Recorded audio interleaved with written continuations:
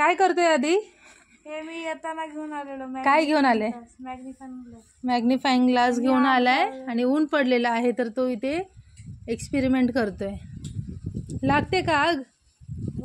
लागली होती का? गावी कडक ऊन असतं. ते बघ आग लागली. हे बघा. अरे बापरे, फर्स्ट टाइम मी बघितलं असं.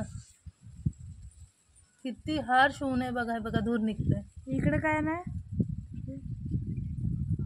थांब एका ठिकाणी ठेव. आता बघा हे दिसतंय धूर. ह्याच्यात दिसत नाही व्यवस्थित पण हा धूर आला. असं जळत जातं का? आग नाही लागत का अशी पूर्ण? हे बघा आग लागली.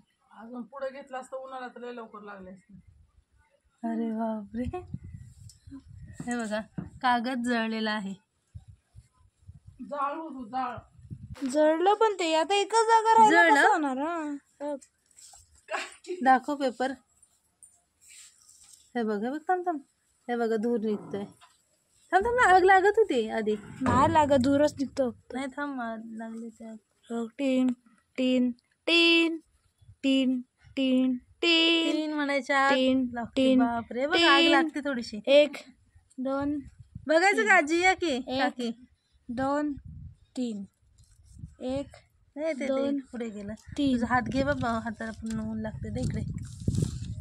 हवा सुटली ते बघा जळलं. हे बघा होल पडलेत. आग पण लागते पण हवा आहे ना त्यामुळे विझून जाते. दिसला की नाही? काही विद्या मोबाईल नाही ह्याला नाही लागत. ते जाड पेपर आहे ना त्याला जास्त वेळ लागतो. आधी नको बाबा. हो आतमध्ये चल, ऊन खूप आहे. चाळण करून टाकली पेपरची. फक्त एवढ्याच एरियाची सनराईज एक साथ घेतल्यावर कसं होतं म्हणून उन्हात जायचं नसतं.